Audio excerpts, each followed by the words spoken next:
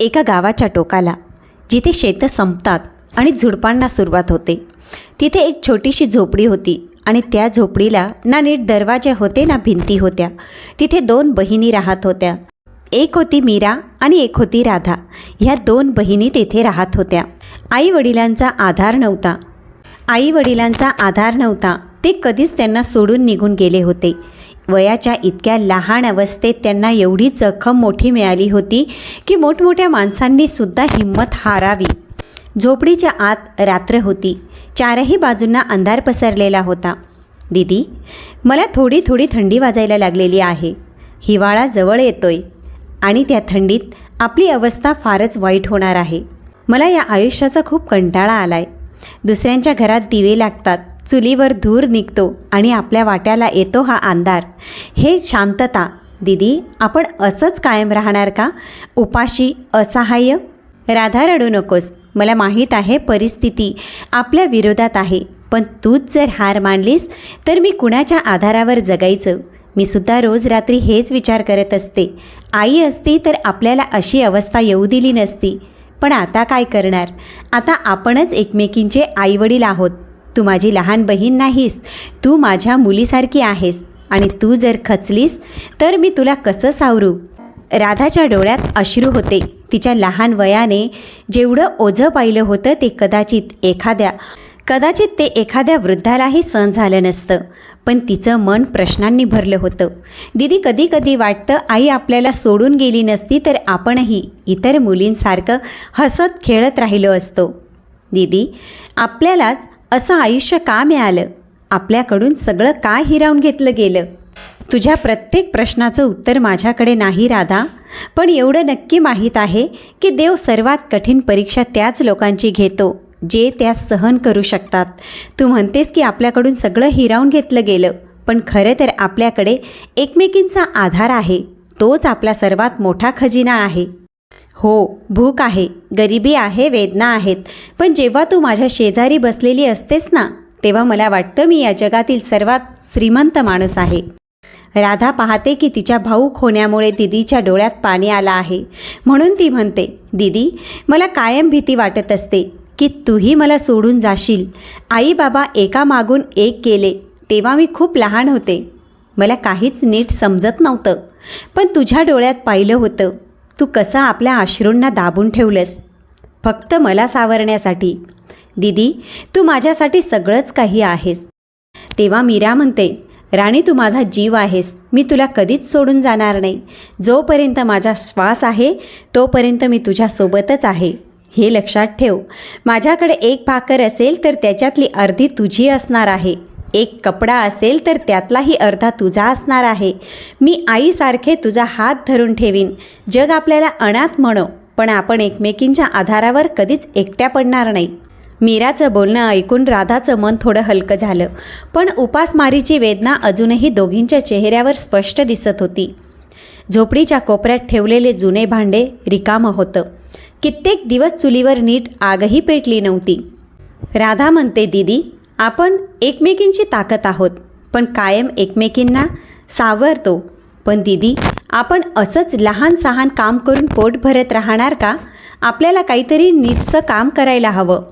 पैसे थोडे मिळाले तरी चालतील, पण रोज मिळायला हवेत. मीरा म्हणते, वेडी आहेस का राधा? आपण अचानक काय काम करणार? आपल्याकडे ना पैसे आहेत ना अनुभव. आपल्याला तर असंच लहानसहान काम करूनच पोट भरावं लागेल. कधी दुसऱ्यांच्या घरी काम करायचं, कधी सणासुदीला मजुरी करायची. राधा म्हणते, पण किती दिवस दीदी? रोज वाटतं उद्या काहीतरी चांगलं होईल, पण प्रत्येक सकाळ तीच भूक, तीच गरिबी, तोच अंधार घेऊन येते. कधी कधी वाटतं सगळं सोडून द्यावं. अंधार कितीही गडद असला तरी सकाळ नक्की येते. आपली सकाळसुद्धा येईन. तोपर्यंत जे मिळेल ते करून पोट भरावं लागेल. पुढे नशीब आपल्याला कुठे घेऊन जातं ते पाहू. आणि मग दोघी बहिणी गप्प झाल्या. मीराला माहीत होतं की राधाचं म्हणणं बरोबर आहे. शेवटी किती दिवस त्या दोघी कसा बसत 2 वेळचं अन्न मिळवत राहणार? तिलाही याची खूप चिंता होती, पण बहिणीसमोर ती चिंता दाखवत नव्हती. मग दुसऱ्या दिवशी सकाळी झोपडीबाहेर हलकंसं ऊन पसरलं होतं.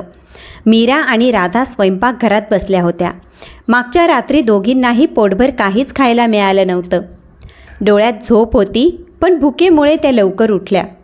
गरिबी, भूक आणि असहाय्यता हे 3 दुःख त्यांच्या हिमतीला सतत आव्हान देत होते.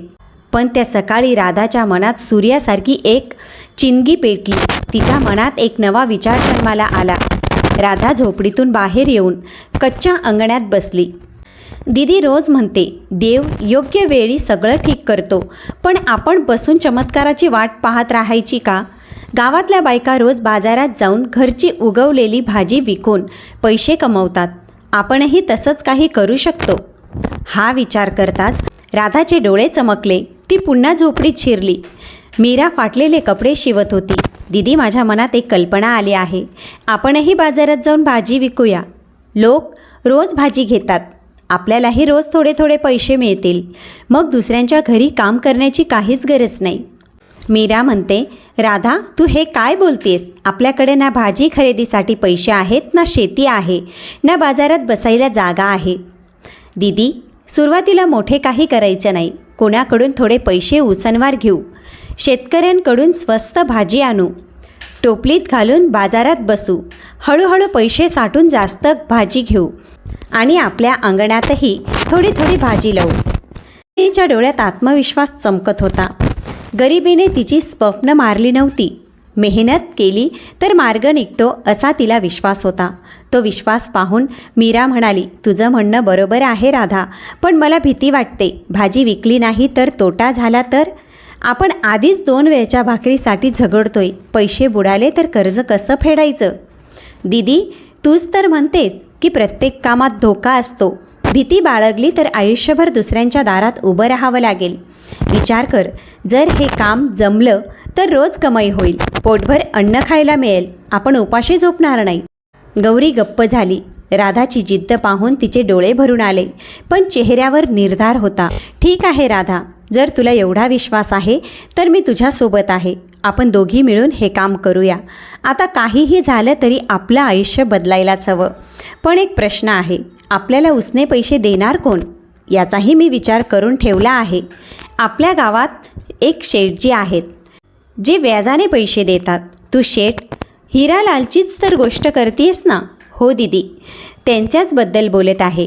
ठीक आहे, त्यांच्याकडून पैसे घेता येतील, पण वेळेवर व्याज दिलं नाही तर शेठ हिरालाल फार कठोर होतो. राधा म्हणाली, काही हरकत नाही दीदी, आपण निभावून घेऊ. आपण दोघी एकत्र आहोत, काहीही करू शकतो. त्या दिवसापासून त्या अनाथ बहिणींच्या आयुष्याला नवं वळण मिळालं. भूक आणि गरिबीने खचून गेलेल्या या मुली आता लढायला तयार झाल्या. हा फक्त भाजी विकण्याचा विचार नव्हता, तर स्वावलंबनाकडे टाकलेलं पहिलं पाऊल होतं. त्याच दुपारी दोघी बहिणी शेठ हिरालालच्या घरी गेल्या. शेठ बाहेर बसलेला होता. जवळच एक नोकर उभा होता. आत येताना मीरा आणि राधा संकोचात होत्या. दोघींचे पाय थरथरत होते, पण डोळ्यात आशेची एक हलकीशी चमक होती. अरे वा, बघा बघा, गावातल्या अनाथ बहिणी माझ्या घरी आल्या आहेत. मीरा आणि राधा, खरंच संघर्षाला जर एखादा चेहरा असता तर तो तुमच्यासारखाच दिसला असता. सगळं गमावून आई वडिलांशिवाय एकट्याने संघर्ष करणं काही सोपी गोष्ट नाही. चला सांगा मुलींनो, आज माझ्या घरी कसं काय आलात? गौरी मान खाली घालून उभी राहिली. राधा पुढे सरसावली, हात जोडले आणि म्हणाली, शेठजी, आम्ही तुमच्याकडे मदतीसाठी आलो आहोत. आम्हाला थोडे पैसे हवे होते. अरे, मदत पैशांची? ऐका मुलींनो, मी व्यापारी आहे. पैसा हेच माझं धर्म आहे. इथून गेलेला प्रत्येक रुपया वाजासकट परत येतो. मला तुमच्यासारख्या 2 अनाथ बहिणींकडून व्याज घ्यायचं नाही, पण माझा धंदाच तसा आहे. मीरा थरथरत्या आवाजात म्हणाली, शेठजी, आम्ही बाजारात भाजी विकायचा विचार केला आहे. शेतकऱ्यांकडून स्वस्त भाजी आणून टोपलीत घालून विकू, नाहीतर आम्ही किती दिवस 2 वेळच्या जेवणासाठी तडफडत राहायचं. अरे, एवढ्या लहान मुली आणि भाजीचा धंदा, गावातले मोठमोठे पुरुष रोज मेहनत करतात, तरीसुद्धा त्यांचा ठेला रिकामाच राहतो. आणि तुम्ही दोघी टोपली घेऊन बसणार आणि लोक रांगा लावून भाजी घेणार, इतकं सोपं नसतं. राधा लाजेने मान खाली घालते, पण राधाच्या डोळ्यात जिद्द चमकते. शेठजी, आम्ही वयाने लहान असू, पण मेहनतीला मागे हटणार नाही. भाजी विकणं काही मोठं काम नाही. इतर करू शकतात तर आम्हीही करू शकतो. राधाचं धाडसी बोलणं ऐकून शेठ खुश होतो. मुलींनो, तुमच्या धैर्याला माझा सलाम आहे. तुमची परिस्थिती मला माहीत आहे. वडिलांचा आधार नाही, आई केव्हाच गेली, घर मोडका आहे. अशा परिस्थितीत हा धंदा चालेल असा विचार करणं हीच मोठी हिंमत आहे. पण फक्त हिमतीने सगळं होत नाही, या कामाचा अनुभव नाही. कसं करणार आहात तुम्ही? आम्ही सगळं करू शेठजी. तसंही आमच्याकडे गमवायला उरलेलं तरी काय आहे? किमान काहीतरी चांगलं करण्याचा प्रयत्न तरी करू शकतो ना. आणि तुमचे पैसे व व्याज आम्ही कसं बसं करून परत करू. ठीक आहे मुलींनो, तुम्ही इतकं ठामपणे बोलत आहात तर मी पैसे देतो, पण माझ्या अटी ऐका. मी तुमच्याकडून व्याज घेणार नाही, मला ते योग्य वाटत नाही. पण 2 महिन्यांच्या आत माझे पैसे मला परत हवेत. हे ऐकताच मीरा आणि राधा अगदी खुश झाल्या. शेठजी, तुमचे खूप खूप आभार. तुम्ही आमच्यावर मोठा उपकार केला आहे. आम्ही तुमचे पैसे वेळेवर नक्की परत करू. ठीक आहे, ठीक आहे. एवढं भावूक होण्याची काही गरज नाही. जा, तुमचं नशीब आजमावून पहा. माझा आशीर्वाद आहे तुमच्यासोबत. राधा आनंदाने पुढे आली. शेठजी, तुमचे हे उपकार आम्ही कधीच विसरणार नाही. मनापासून धन्यवाद. ठीक आहे, हे पैसे घ्या आणि लगेच भाजीचा व्यापार सुरू करा. अशा प्रकारे शेठ हिराला दोन्ही बहिणींना व्याज न घेता पैसे देतो आणि ते पैसे घेऊन त्या घरी परततात. मग दुसऱ्या दिवशी सकाळचा बाजार हळूहळू गजबजू लागला होता. लोक शेतातून ताजी हिरवी भाजी घेऊन येत होते. काही ग्राहक मोलभाव करत फिरत होते. त्याच दरम्यान मीरा आणि राधा आपली टोपली घेऊन दरीवर बसल्या होत्या. त्यांच्या डोळ्यात भीती तर होती आणि आशेची एक हलकीशी चमकही होती. थोड्याच अंतरावर चंपा तिच्या चौकीवर बसली होती. पहिल्याच तासात 2 ग्राहक त्या दोन्ही बहिणींकडून भाजी घेऊन गेले. हे पाहून तिचा चेहरा अधिकच कडवट झाला. अगं वहिनी, तिकडे का जाते? माझी भाजी बघ ना. कित्येक वर्षापासून इथे बसते. या बहिणींना भाजीचा खरा भाव काय कळणार?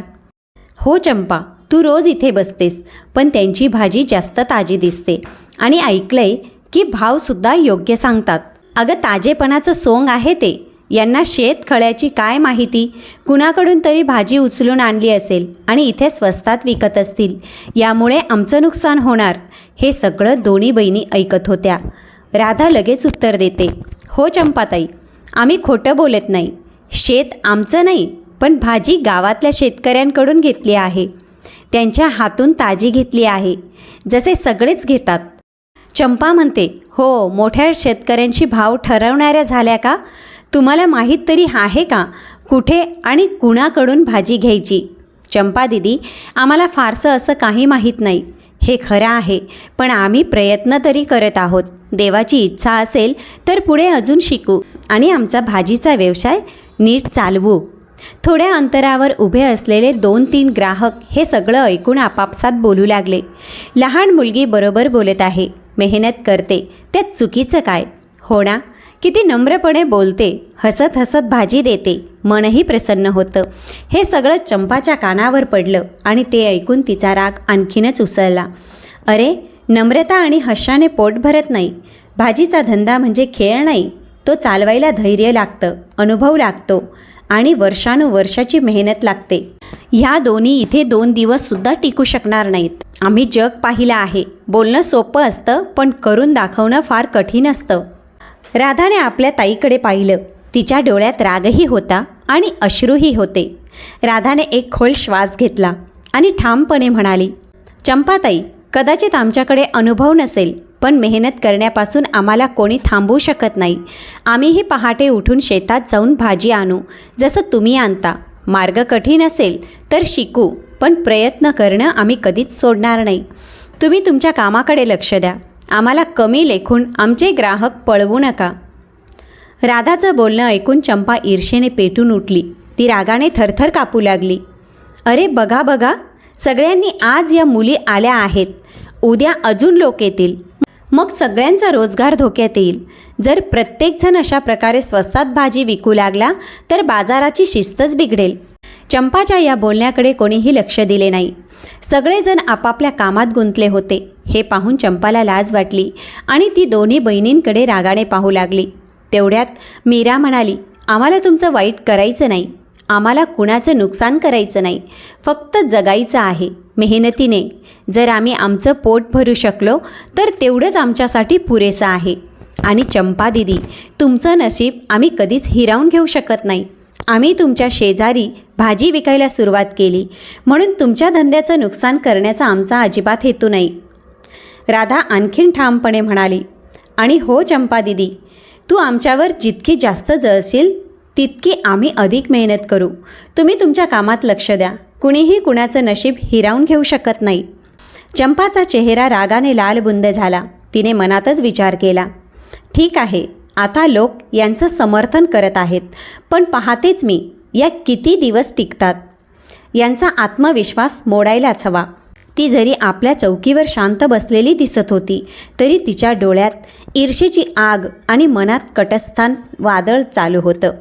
मग असेच काही दिवस गेले. दोन्ही बहिणींची भाजी चांगली विकली जाऊ लागली. त्यांच्याजवळ अनेक ग्राहक येऊ लागले. नम्र वागणूक आणि योग्य दरात भाजी दिल्यामुळे त्यांचा व्यवसाय चांगलाच चालू लागला. पण हे पाहून चंपाला फारच जळजळ होत होती. तिला वाटू लागलं की हळूहळू या दोघींमुळे तिचा धंदा बिघडणार आहे. ईर्षेने आंधळी झालेली चंपा एके दिवशी त्या शेतकऱ्यांमध्ये चुकीच्या गोष्टी पसरवू लागली ज्यांच्याकडून त्या बहिणी भाजी घेत होत्या. अरे दादांनो, तुम्ही तुमचं नुकसान करून घाम गाळून पिकवलेली भाजी या दोन्ही बहिणींना इतक्या कमी दरात का देता? द्यायची असेल तर मला द्या, किमान मी तरी तुम्हाला खोटं बोलणार नाही. खोटं म्हणजे काय चंपा बहीण? अरे तुम्हाला माहीत नाही का, त्या दोन्ही बहिणी किती चालाक आहेत. अनाथ असल्याचं कारण पुढे करून त्या लोकांकडून फायदा घेतात. चंपा बहीण, स्पष्ट सांग ना, नक्की काय म्हणायचं आहे तुम्हाला? आमच्याशी कुणी फसवणूक कशी करेल? त्या दोघी तुमच्याकडून खूप कमी दरात भाजी घेतात आणि बाजारात मात्र चांगल्या दरात विकतात. तुमची भाजी ताजी असल्यामुळे त्यांना भरपूर नफा होतो, पण तुम्हाला कमी नफा सांगून कमी पैसे देतात. हे ऐकून शेतकऱ्यांना फार राग आला आणि त्यांनी त्या दोन्ही बहिणींना भाजी न देण्याचा निर्णय घेतला. मग दुसऱ्या दिवशी सकाळी जेव्हा दोनही बहिणी भाजी घेण्यासाठी त्यांच्या शेतात गेल्या तेव्हा शेतकऱ्यांनी त्यांना चांगलंच सुनावलं. ते म्हणाले, काका, आज आम्हाला थोडी जास्त भाजी लागेल. तुमच्या दुसऱ्या शेतातूनही थोडी व्यवस्था करून द्या. जास्त भाजी? अगं, अशी अपेक्षाही ठेवू नकोस. आमची फार फसवणूक केलीत. आता बस झालं. तुम्ही असं का करत आहात काका? आम्ही नेहमी वेळेवर पैसे दिले आहेत आणि कधीच तुमचं नुकसान केलेलं नाही. मग तुम्ही आम्हाला भाजी का देत नाही? आणि आम्ही तुमची कोणती फसवणूक केली? वेळेवर पैसे देणं ही गोष्ट नाही, तुम्ही आमच्याशी विश्वासघात केला आहे. हे ऐकून मीरा आणि राधा अवाक झाल्या. विश्वासघात? कसला विश्वासघात दादा? भोळ्या बनू नका. आम्ही तुमच्यावर विश्वास ठेवून कमी दरात भाजी देत होतो, जेणेकरून तुम्ही दोन अनाथ बहिणी थोडा नफा कमवून घर चालवू शकाल. पण आम्हाला बाजारभाव माहीत नाही याचा फायदा घेऊन तुम्ही आमच्याशी फसवणूक केली आहे. मीरा म्हणाली, तुम्ही काय बोलत आहात? आम्हाला समजत नाही. तेव्हा ते शेतकरी म्हणतात की आम्हाला असं ऐकायला आलं आहे की तुम्ही आमच्याकडून कमी दरात भाजी घेऊन बाजारात जास्ती दरात विकत आहात आणि आम्हाला कमी पैसे देता, म्हणून आता आम्ही तुम्हाला भाजी देणार नाही. आता आम्ही फक्त चंपालाच देणार. तिने सांगितलं आहे की बाजारभाव वाढेल तसंही आम्हाला जास्त पैसे मिळतील. चंपाचं नाव ऐकताच मीरा आणि राधाला सगळं समजलं. त्या दोघी त्यांना समजवण्याचा प्रयत्न करू लागल्या. हे सगळं खोटं आहे दादा. कृपया आमच्यावर विश्वास ठेवा. जर तुम्ही आम्हाला भाजी दिली नाही तर आम्ही कुठून आणणार? आम्हाला दुसरं कोणी ओळखीचं नाही. शेतकरी म्हणाले, हे बघा, आम्ही आमचा विचार करू आणि तुम्ही तुमचा. जिथे आम्हाला फायदा होईल तिथेच आम्ही भाजी देऊ. पण आम्ही तुम्हाला कमी पैसे देऊन जास्त नफा कमवलेला नाही. जर आम्हाला जास्त फायदा झाला असता तर आम्हीही तुम्हाला जास्त पैसे दिले असते. चंपा दिदीने मुद्दाम तुम्हाला आमच्या विरुद्ध भडकवलं आहे, म्हणून तुम्ही आम्हाला भाजी देत नाही. कृपया आमच्यावर विश्वास ठेवा. ठीक आहे मीरा, आपण नंतर पाहू काय करता येईल, पण सध्या तरी आम्ही तुम्हाला काहीही देऊ शकत नाही. आम्हीही आता बाजारभाव जाणून घेऊ, त्यानंतर ठरवू. आता तुम्ही जा. हे सगळं ऐकून मीरा आणि राधा फार उदास झाल्या. त्याचबरोबर चंपावर त्यांना खूप रागही आला. मग दुसऱ्या दिवशी सकाळी दोघी चंपाला भेटण्यासाठी बाजारात आल्या, पण बाजारात चंपा दिसली नाही, म्हणून त्या थेट चंपाच्या घरी गेल्या. घरी पोचल्यावर मीराने दार ठोठावलं. थोड्याच वेळात चंपा बाहेर आली. चंपा दिदी, तुम्ही आमच्यासोबत हे चांगलं केलं नाही. आम्ही तुमचं काय बिघडवलं होतं? आम्ही ही भाजी विकून आमचं घर चालवत होतो. तुमची विक्रीसुद्धा चांगली चालू होती. मग तुम्ही असं का केलं? चंपा म्हणाली, हे बघ मीरा, मी आता फार त्रासात आहे. माझ्या नवऱ्याला अचानक खूप ताप आला आहे. मला त्याची सेवा करावी लागेल. मला तुमच्याशी वाद घालायला वेळ नाही.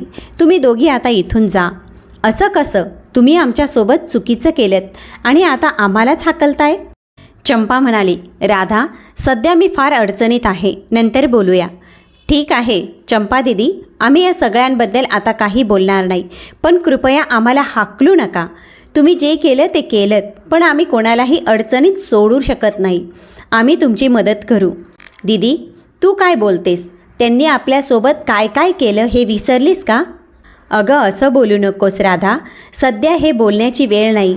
ती अडचणीत आहे आणि एकाच गावात आपण राहतो, म्हणून आपल्याला तिची मदत करायला हवी. आपलं सर्वात पहिलं ते कर्तव्य आहे. बाकीचे राग तक्रारी नंतर सोडवू. फार काही बिघडलेलं नाही. आपण नंतर सगळं नीट करू. मीराचं बोलणं ऐकून चंपा थबकली. तिच्या मनात मीराचा मोठेपणा जाणवला. तिला स्वतःला त्यांच्यापुढे लहान वाटू लागलं. पण परिस्थिती गंभीर असल्यामुळे चंपा काही न बोलता त्या दोघींना घरात घेऊन गेली.